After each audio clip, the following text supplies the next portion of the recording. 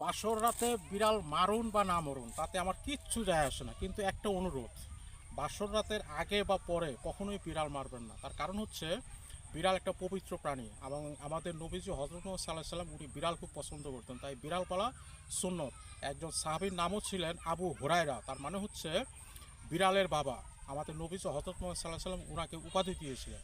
এখন আপনি বলতে পারেন এত বিষয় থাকতে আমি বিড়াল নিয়ে কেন কথা বলতেছি, দরকার আছে।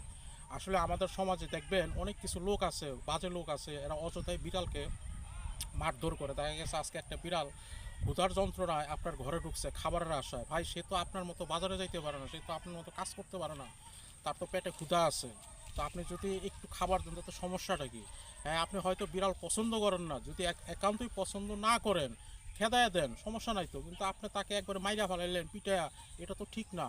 কারণ বিড়াল মারা কিন্তু কবিরা গুনাহ, এই কাজটা কখনোই করা যাবে না। আর বিড়াল বিজ্ঞানসম্মতভাবে খুবই উপকারী, আমাদের নবীজিও বলছে।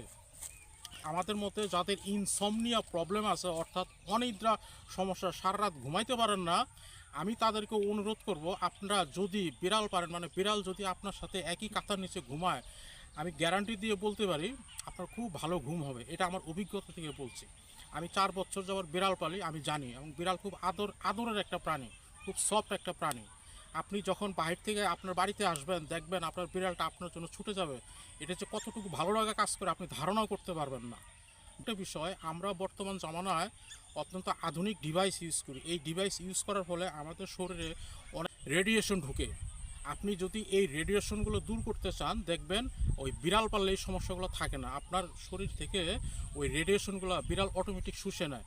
এই জন্যই বলা যে বিড়াল কখনোই মারবেন না, বিড়াল পালুন, যদি একান্তই পছন্দ না হয় একটু ভয় ভীতি থেকে দূর করে দিন, কিন্তু কখনোই গায়ে হাত দিবেন না।